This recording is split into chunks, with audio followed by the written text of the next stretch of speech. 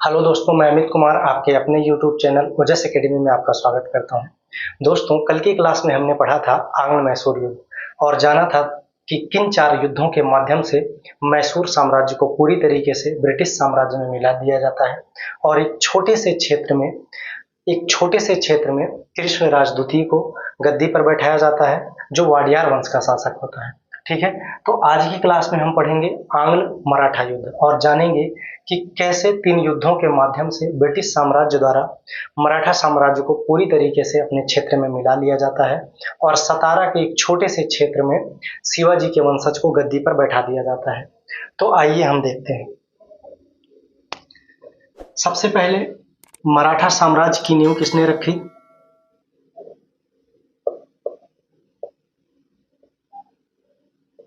मराठा साम्राज्य की नींव किसके द्वारा रखी गई दोस्तों? शिवाजी द्वारा।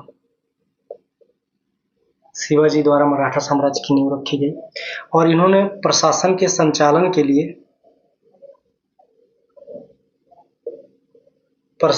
संचालन के लिए अष्टप्रधान नामक पद बनाया।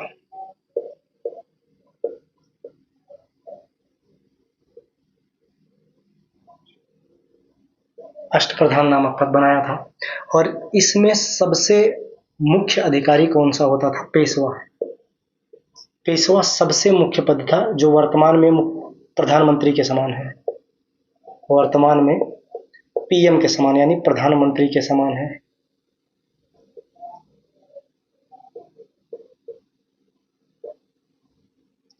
ठीक है दोस्तों, और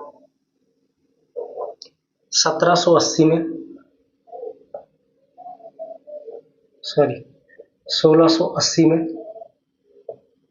शिवाजी की मृत्यु हो जाती है।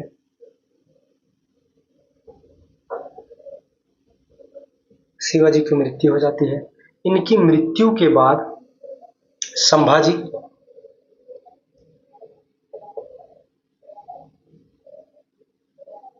शासक बनते हैं।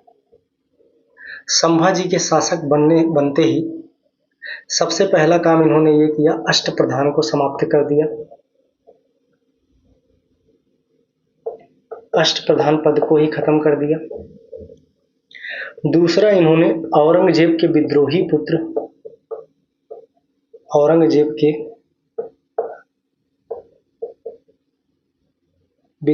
पुत्र क्या नाम था? अकबर द्वितीय। अकबर द्वितीय को संरक्षण देते हैं। इससे क्रोधित होकर औरंगजेब द्वारा संभाजी के ऊपर सैनिक भेज दिए जाते हैं और संभाजी को हराकर उनको मार दिया जाता है। औरंगजेब द्वारा सैनिक भेजे जाते हैं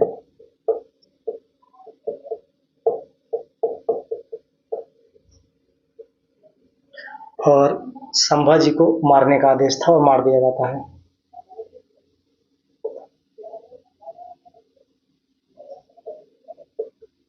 संभाजी को मार दिया जाता है और संभाजी के जो पुत्र थे साहू जी, इनको गिरफ्तार कर लिया जाता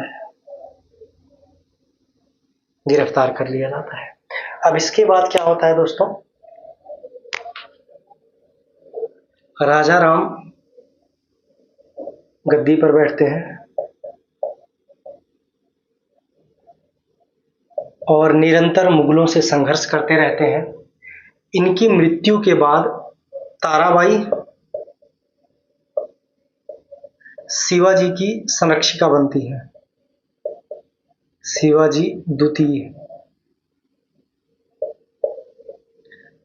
द्वितीय की क्या बनती है? संरक्षिका।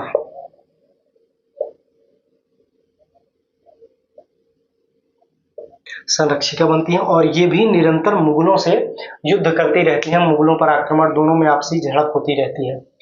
और इसी दौरान साहू जी जो किडनैप कर लिए जाते हैं यानी गिरफ्तार कर लिए गए थे औरंगजेब के सैनिकों द्वारा, जब ताराबाई शिवाजी द्वितीय की संरक्षिका बनकर मराठा साम्राज्य का विस्तार कर रही थी, मुगलों से निरंतर संघर्ष कर रही थी, उसी टाइम साहू जी को छोड़ दिया जाता है।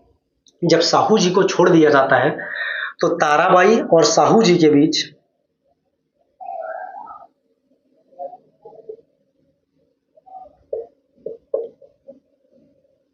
साहू जी और ताराबाई, इन दोनों के बीच गद्दी के लिए क्या होता है दोस्तों? संघर्ष होता है। गद्दी के लिए क्या होता है? संघर्ष होता है। शुरुआत में ताराबाई का पलड़ा भारी रहता है, लेकिन बालाजी विश्वनाथ के सपोर्ट से, किसके सपोर्ट से? बालाजी विश्वनाथ के सपोर्ट से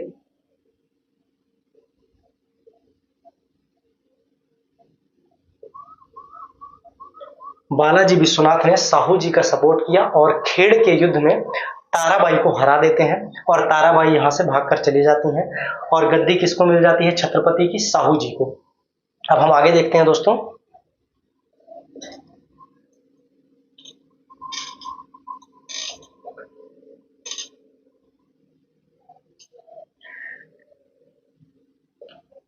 बालाजी विश्वनाथ,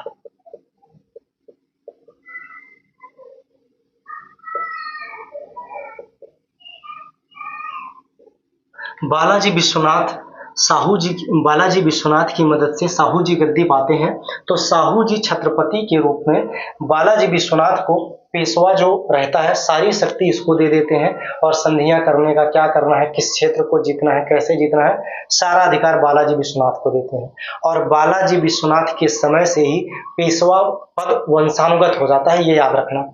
इन्हीं के समय से पेशवा पद वंशानुगत हो जाता है। पेशवा पद वंशानुगत। और बालाजी विश्वनाथ के समय मुगल साम्राज्य का विस्तार भी होता है। इनकी मृत्यु हो जाती है 1740 में। 1740 में जब इनकी मृत्यु होती है तो इसके बाद पेशवा बनता है बाजीराव प्रथम। बाजीराव प्रथम ये कब से कब तक पेशवा पद पर रहता है? 1720 में इनकी मृत्यु हो जाती है। फिर 1720 से 1740 तक ये पेशवा पद पर रहते हैं। कौन? बाजीराव प्रथम। बाजीराव प्रथम एक ऐसा शासक था जिसके दौरान 2-3 कार्य बहुत ही महत्वपूर्ण हुए। पहला, बाजीराव प्रथम हिंदू पद पादशाही का विस्तार करता है, हिंदू पद पादशाही का प्रचार करता है, उसको बढ़ावा देता है। तो आपको जानना जरूरी है कि हिंदू पद पादशाही था क्या। तो हिंदू पद पादशाही के माध्यम से बाजीराव का ऐसा मानना था कि जितने हिंदू शासक हैं उनको एक किया जाए और विदेशी शक्तियों पर हमला किया जाए, विदेशी शक्तियों को हराया जाए। इसी कारण आपने मूवी में देखा होगा, पद्मावत मूवी में जो बाजीराव रहता है वो बाजीराव प्रथम ही रहता है। इसी की घटनाओं का उल्लेख किया गया है उस पिक्चर में, उस मूवी में। तो पद्मावती जो उस टाइम रहती हैं, उनके साम्राज्य की जो रक्षा करता है बाजीराव प्रथम, वो हिंदू पद पादशाही का एक बहुत ही अच्छा उदाहरण है। ठीक है दोस्तों, अब हम आगे चलते हैं। एक तो इन्होंने हिंदू पद पादशाही का विस्तार किया या प्रचार किया। दूसरा, बाजीराव प्रथम के समय में मराठा साम्राज्य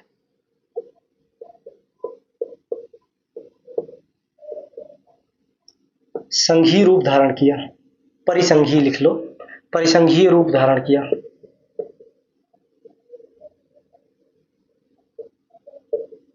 परिसंघीय रूप धारण किया जिसके केंद्र में पूना का पेशवा था।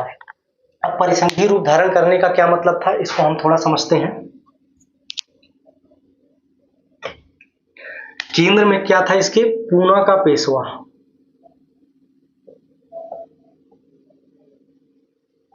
इसका मतलब बाजीराव प्रथम। अब यहां पे नागपुर,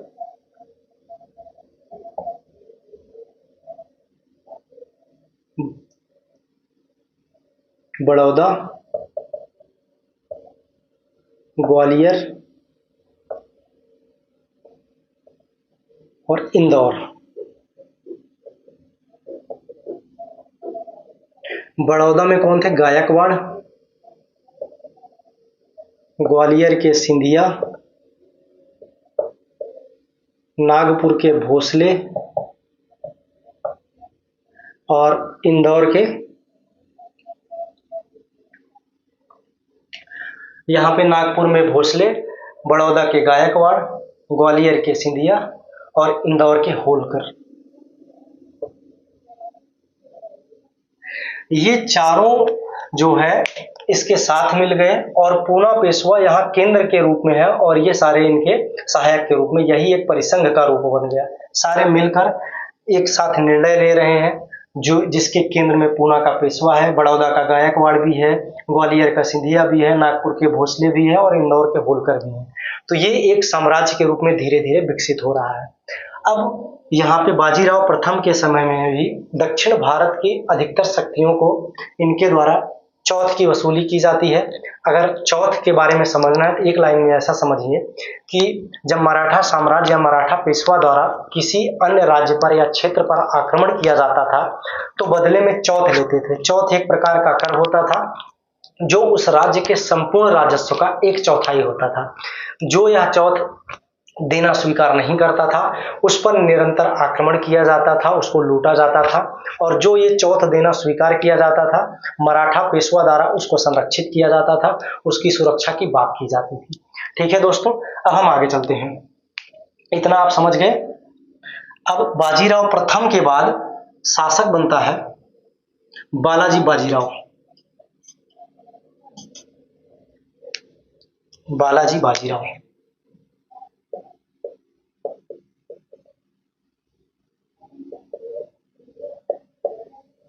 बालाजी बाजीराव इनका कार्यकाल 1740 से 1761 था। अब इनके कार्यकाल में ये जो परिसंघीय रूप से विकसित हुआ था इसका एक विकसित रूप आया। वहां तो शुरुआती दौर था बाजीराव प्रथम के दौरान, लेकिन बालाजी बाजीराव के टाइम ये जो पूना का पेशवा है और ये परिसंघीय रूप जो आपको यहाँ दिख रहा है ये एक विकसित रूप धारण करता है और मराठा साम्राज्य का और विस्तार होता है। और बालाजी बाजीराव के काल में पूरे दक्षिण भारत पर इन्होंने चौथ वसूल का अधिकार किया और उत्तर भारत में भी जाकर ये अपना शक्ति प्रदर्शन करने लगे। और इनकी शक्ति बालाजी बाजीराव के संदर्भ में इतनी बढ़ गई थी कि ये उत्तर भारत में मुगलों के संदर्भ में भी हस्तक्षेप करते हैं और उत्तर भारत में बहुत सारे ऐसे राजा थे जिनको हराया और उनसे चौथ वसूल किया। इसी कारण से जितने भारतीय राजा थे, जितने भारतीय क्षेत्र के राजा थे, मराठों से सब चिढ़े हुए थे या मराठों को पसंद नहीं करते थे। यही कारण था जब पानीपत का तृतीय युद्ध हुआ तो कोई भी भारतीय राज मराठों का साथ नहीं दिया, जबकि अहमद शाह अब्दाली के नेतृत्व वाली जो अफगान सेना थी वो एक विदेशी सेना थी। इन्होंने हिंदू पद पातशाही का उल्लंघन किया जो बाजीराव प्रथम ने अपने संदर्भ में चलाया था और उसको बढ़ावा दिया था। इन्होंने इतना शक्तिशाली ये हो गए, इसको इन्होंने मानने से इनकार कर दिया और इनको लगा कि जो है वो हम ही हैं, हमें कोई नहीं हरा सकता। इसी संदर्भ में जब ये आपको एक लाइन मैंने बताया हिंदू पद पातशाही का उल्लंघन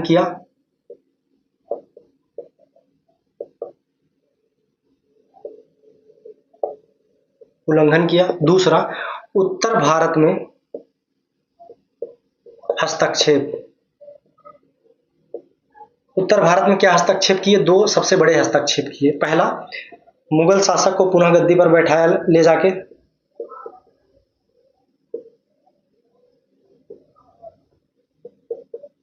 पुनः गद्दी पर बैठाया।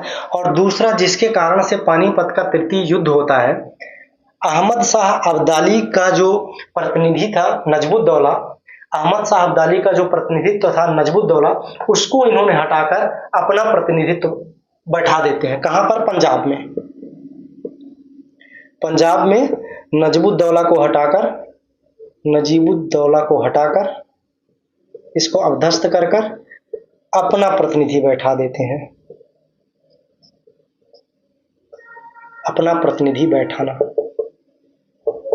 जब इन्होंने बालाजी बाजीराव के नेतृत्व में जब इन्होंने पंजाब में नजीबुद्दौला जो अहमद शाह अब्दाली का प्रतिनिधि था इसको हटाकर इन्होंने अपना प्रतिनिधि बैठाया तो दो राजाओं के बीच ये महत्वाकांक्षा की लड़ाई बन गई और अहमद शाह अब्दाली इस चीज को बर्दाश्त नहीं करता है और दोनों के बीच एक युद्ध देखा जाता है, जिसे पानीपत के तृतीय युद्ध के नाम से जाना जाता है, जो 1761 में होता है। इस युद्ध में मराठों की बहुत बुरी तरीके से पराजय होती है। पराजय का कारण एक सदाशिवराव भाऊ का अहंकारी स्वरूप था, जो किसी मराठा सरदार की बात नहीं मानते हैं और उनको प्रत्यक्ष युद्ध में झोंक देते हैं। जबकि मराठे प्रत्यक्ष युद्ध में दक्ष नहीं थे, वो गौरिल्ला युद्ध में दक्ष थे, जिसमें शिवाजी और बाजीराव प्रथम भी बहुत अच्छे तरीके से गौरिल्ला पद्धति के माध्यम से कई राजाओं को हराया, यहाँ तक कि मुगलों से भी चौथ की वसूली की थी। लेकिन सदाशिवराव भाऊ के नेतृत्व में प्रत्यक्ष युद्ध के कारण जो झोंके जाते हैं उनमें हारते हैं, और ऐसा कहा जाता है कि पानीपत के तृतीय युद्ध में मराठा साम्राज्य का कोई भी एक ऐसा परिवार नहीं था जिन्होंने अपना किसी न किसी को ना खोया हो, और बहुत सारे ऐसे परिवार थे जिसने सब कुछ खो दिया, यानी वहां पर कोई एक पुरुष भी नहीं बचा था। तो इसमें इस पानीपत के तृतीय युद्ध के संदर्भ में एक कथन बहुत ही प्रचलित है, उसको यही जान लेना दोस्तों बहुत ही जरूरी है, जिसमें कहा गया कि पानीपत के तृतीय, जिसे जानना बहुत ही जरूरी है, जिसमें कहा गया कि पानीपत के तृतीय युद्ध ने यह तो निर्णय नहीं किया कि कौन भारत का स्वामी बनेगा, लेकिन यह निर्णय कर दिया कि कौन भारत का स्वामी नहीं बनेगा। ठीक है दोस्तों, ये मराठों के संदर्भ में कहा गया था, क्योंकि मुगलों के उत्तराधिकारी मराठे कहे जाने लगे थे, और ऐसा कहा जाने लगा था कि अगर आगे भारत का कोई स्वामी बनेगा तो मराठे ही बनेंगे। ठीक है, लेकिन पानीपत के तृतीय युद्ध में यह निश्चित कर दिया मराठे तो नहीं बनेंगे, बाकी और कोई जरूर बन सकता है। ठीक है, अब हम आगे चलते हैं।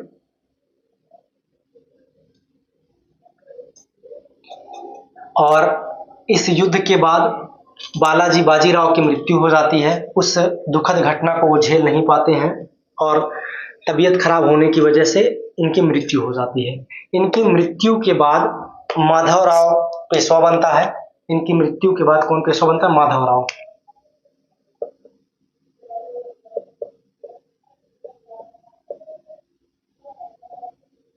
माधवराव पेशवा बनता है।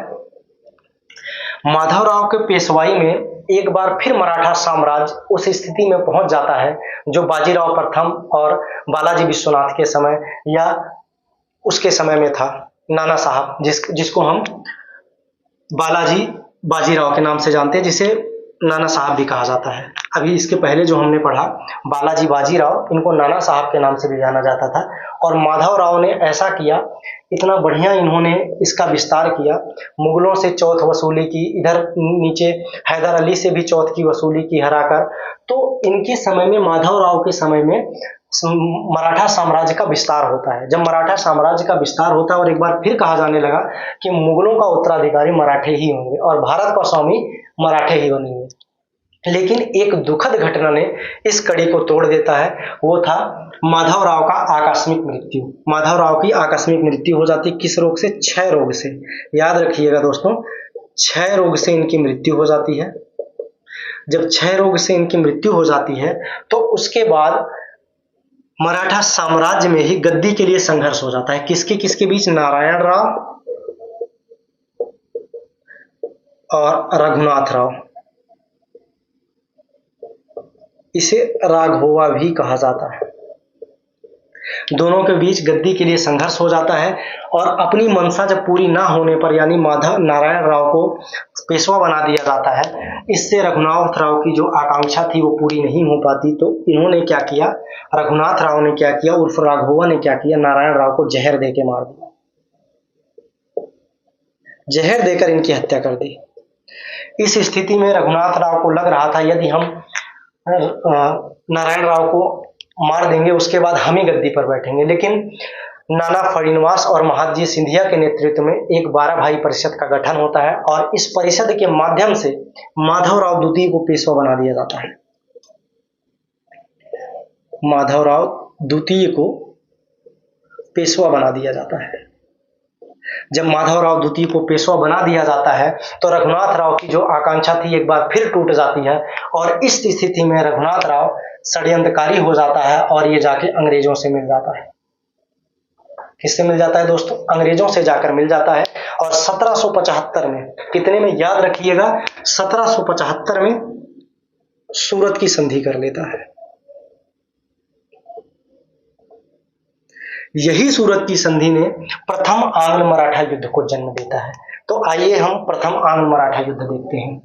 आपने क्रम समझ लिया कि कैसे क्या हुआ, रघुनाथ राव किस स्थिति में जाके अंग्रेजों से मिले और अंग्रेजों से मिलकर सूरत की संधि की, और यही पृष्ठभूमि प्रथम आंग्ल मराठा युद्ध को जन्म देती है।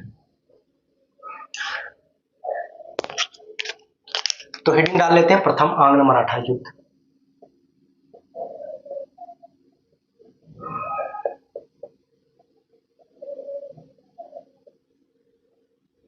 (1775 से 1782 के बीच।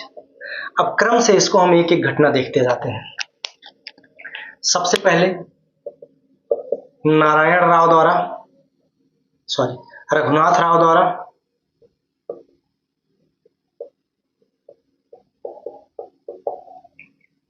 अंग्रेजों से संधि, अंग्रेजों से सूरत की संधि,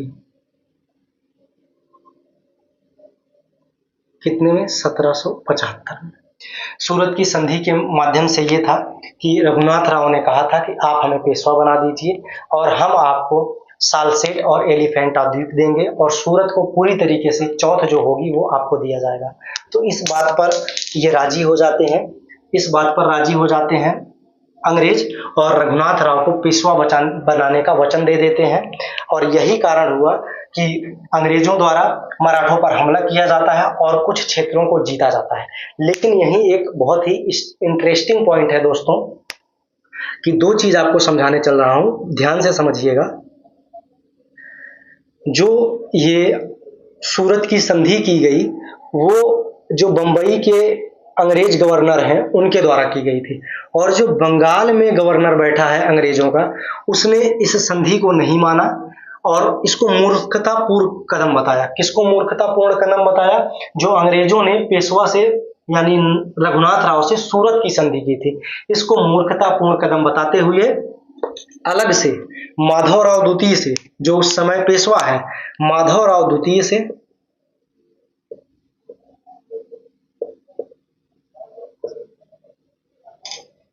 संधि कर लेते हैं।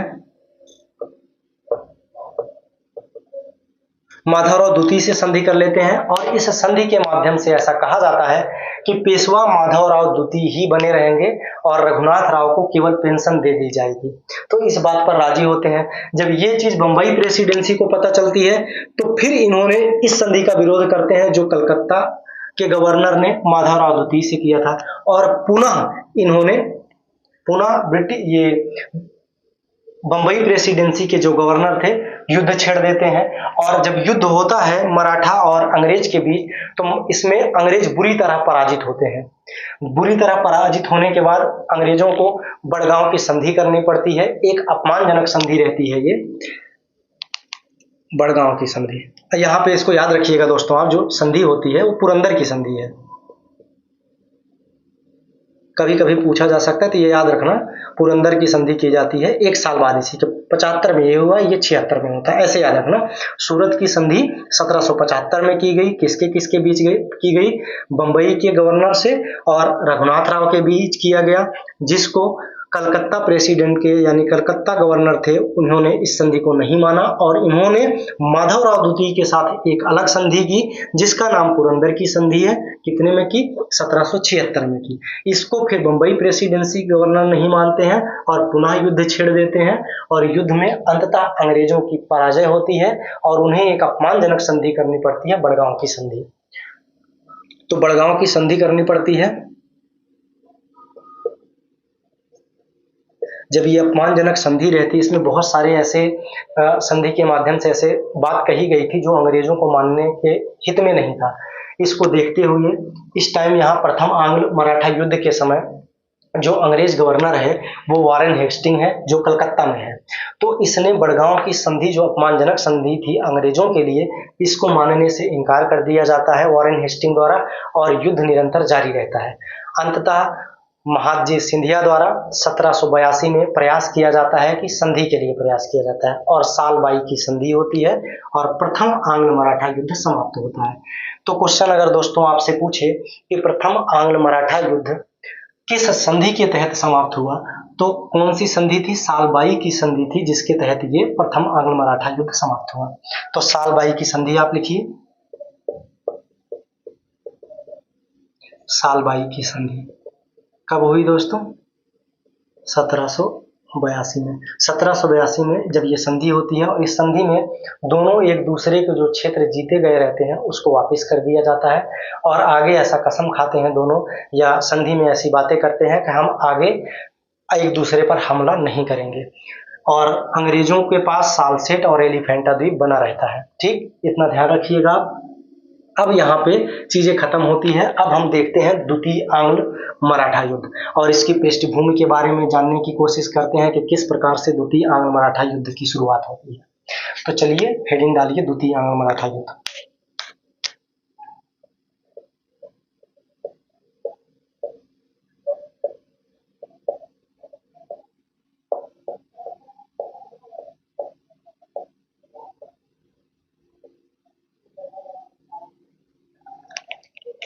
दोस्तों 1800 में नाना फड़नवीस की मृत्यु हो जाती है। उसके बाद से बाजीराव द्वितीय एक स्वतंत्र रूप से शासक हो जाता है। उसका जैसे मन करता है वैसे वो मराठा साम्राज्य में शासन करता है। नाना फड़नवीस और महादजी सिंधिया ऐसे दो बुजुर्ग सबसे समझदार राजनेता थे उस टाइम मराठा साम्राज्य में, जिसके आधार पर सभी कार्य किए जाते थे और इनकी सलाह के अनुसार ही मराठा साम्राज्य का विस्तार होता गया। लेकिन इनकी मृत्यु के बाद मराठा साम्राज्य धीरे धीरे बिखर गया, जिसकी शुरुआत बाजीराव द्वितीय द्वारा की जाती है। अब देखते हैं कि बाजीराव द्वितीय ने ऐसा क्या किया जिससे द्वितीय आंग्ल मराठा युद्ध होता है। तो यहाँ पे सबसे पहले दोस्तों आपको पता है 1800 में नाना फड़नवीस की मृत्यु हो जाती है। उसके बाद बाजीराव द्वितीय अपने हिसाब से शासन चलाता है और अपनी स्थिति मजबूत करने के लिए वो जो पेशवा आपको मैंने बताया, जैसे यहाँ नागपुर के भोसले, सिंधिया के होलकर, ग्वालियर के सिंधिया, और ऐसे इन लोगों में लड़ाई करवाता है। बड़ौदा, इन सब में आपस में लड़ाई करवाता है। कैसे? जैसे सिंधिया और होलकर में आपस में लड़ाई किया। बाद में जब सिंधिया को हराता है तो पेशवा और सिंधिया मिलकर जसवंत राव होलकर के छोटे भाई को मार देते हैं। और जब इनके भाई को मार दिया जाता है तो जसवंत राव होलकर द्वारा इन दोनों को संयुक्त रूप से पराजित कर दिया जाता है और इनको भागने पर मजबूर किया जाता है। तो चलते हैं, पेशवा क्या करता है इस टाइम? पेशवा कौन था? बाजीराव द्वितीय।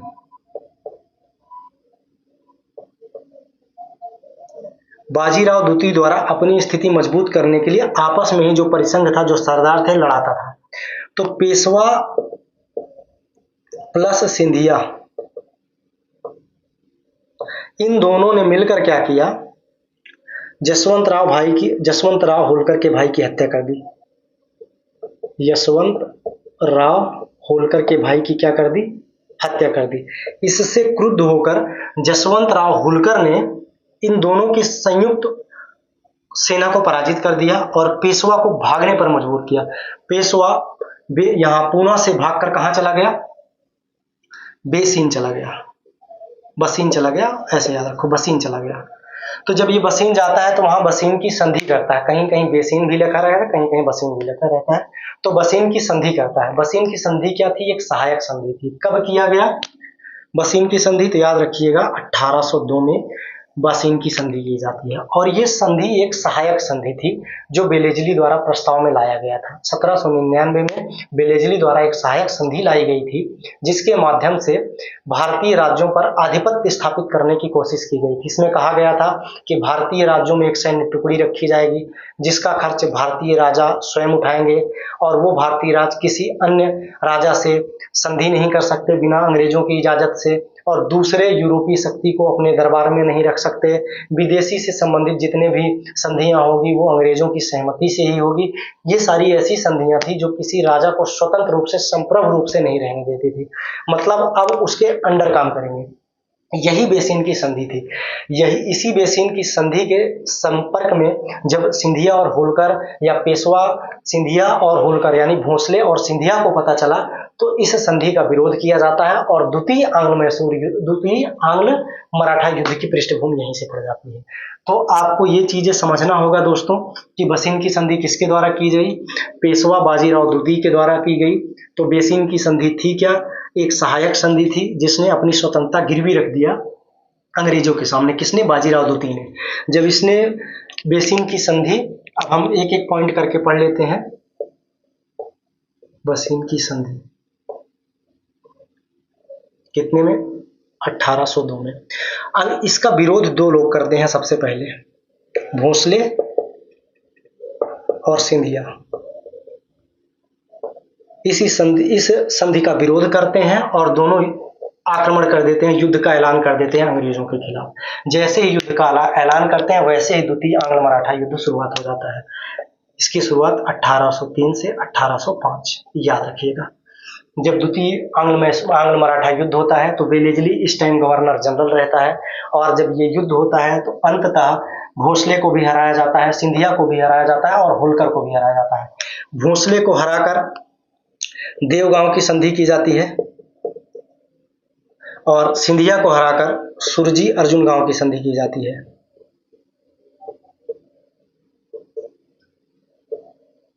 अर्जुन गांव की संधि की जाती है। और तीसरा, होलकरों को हराकर राजपुर घाट की संधि की जाती है। ये दोनों संधियां 1803 में ही हो जाती हैं और ये संधि 1805 में होती है। अब आपको एक चीज यहां जानने ला ये भी जरूरी है, ये तीनों एक साथ मिलकर अंग्रेजों से नहीं लड़े, अलग से। जब भोसले लड़ रहा था तो सिंधिया और होलकर चुप थे, और जब सिंधिया लड़ रहा है तो होलकर चुप है। इस वजह से अलग अलग लड़े और अलग अलग ही हारे, और अलग अलग संधियां की गई अंग्रेजों के द्वारा। भोसले जब हारा तो देवगांव की संधि की गई, सिंधिया हारा तो उससे सुरजी अर्जुन गांव की संधि की गई, और जब होलकर हारा तो राजपुर घाट की संधि की गई। इस प्रकार से विभिन्न संधियों के माध्यम से द्वितीय आंग्ल मराठा युद्ध होता है, और धीरे धीरे इस युद्ध को ब्रिटिश द्वारा जीत लिया जाता है और उनके बहुत सारे क्षेत्र को अपने कब्जे में कर लिया जाता है।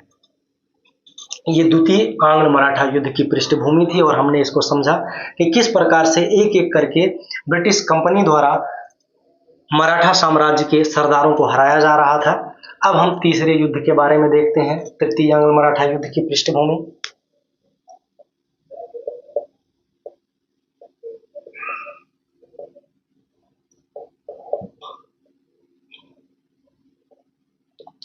दोस्तों, तृतीय आंग्ल मराठा युद्ध 1617 से 1619, या 1616 ऐसे लिख लो, 1616 से 1619। तो यहाँ इनके बीच जब युद्ध होता है, अब यहाँ पे सबसे पहले इस टाइम आपको ध्यान रखना है कि गवर्नर जनरल कौन है? Lord Hasting.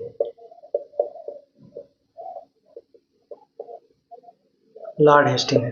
तो लॉर्ड हेस्टिंग जब गवर्नर जनरल बनकर यहाँ आया भारत में, तो इसकी शुरू से ही आकांक्षा मनोदशा यही थी कि हम किसी तरीके से मराठा साम्राज्य को पूरी तरीके से हराएं और उस पर अपना आधिपत्य स्थापित कर लें और ब्रिटिश साम्राज्य का विकास करें। तो यही स्थिति होती है, और इसने अग्रगामी होकर पिंडारियों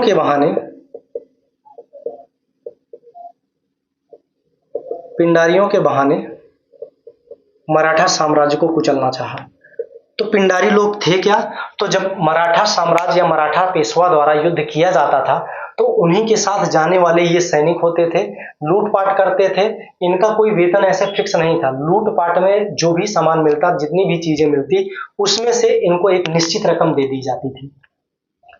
तो पिंडारियों के बारे में आप समझ गए होंगे। जब पिंडारियों इनके साथ जाते थे, लूटपाट करते थे, तो इनको जब हराने की बात की है, इनका दमन किया जा रहा था, तो मराठा लोग भी आपस में एकजुट होकर लड़ने लगे। लेकिन अब इनकी मराठों की स्थिति इतनी कमजोर हो चुकी होती है कि अब एक साथ लड़ने के बावजूद भी तृतीय आंग्ल मराठा युद्ध में मराठे हार जाते हैं और ब्रिटिश कंपनी या ब्रिटिश साम्राज्यवाद का विजय होता है। तो इस पिंडारियों के बहाने जब विजय हो जाती है तो पूरी तरीके से मराठा साम्राज्य को अपने में मिला लिया जाता है, और एक छोटे से क्षेत्र सतारा में, कहाँ पे? सतारा, एक छोटे से क्षेत्र में शिवाजी के वंशज को गद्दी पर बैठा दिया जाता है। बाकी जितने क्षेत्र मराठों के अधीन थे उन सबको ब्रिटिश साम्राज्य के अधीन प्रत्यक्ष रूप से ले लिया जाता है। तो ऐसे इन तीन युद्धों के माध्यम से ब्रिटिश कंपनी द्वारा मराठा साम्राज्य का अंततः अंत कर दिया गया और एक उगते सूरज को खत्म कर दिया गया। अब हम यहाँ पे एक लाइन में, हम 1-2 मिनट में इसको देख लेते हैं। जैसे हर क्लास में हम लास्ट में रिवीजन करते हैं, ऐसे रिवीजन के माध्यम से हम इसको समझ लेते हैं। तो इस साइड हम लिख लेते हैं युद्ध, साल, कारण गवर्नर जनरल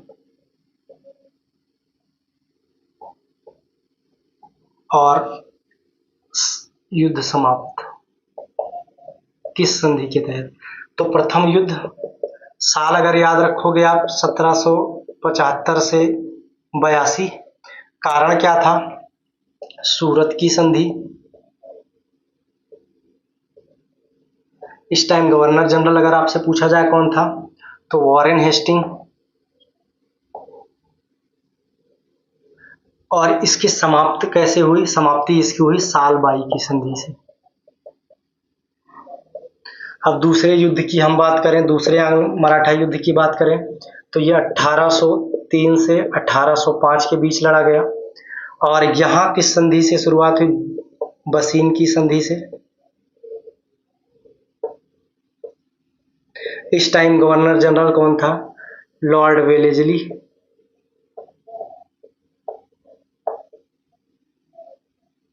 और किस संधि के तहत समाप्त हुआ, तो अंततः कहा जाए तो रायपुर घाट की संधि। 2-3 संधियां होती हैं, जैसे भोसले से किया था इन्होंने, और सिंधिया से भी किया, और होलकर से भी किया। इन तीनों संधियों के माध्यम से तृतीय युद्ध समाप्त होता है, द्वितीय। और तीसरे की बात हम करें तो ये 1816 से 1819 के बीच लड़ा गया। यहाँ कारण ये था पिंडारियों का दमन।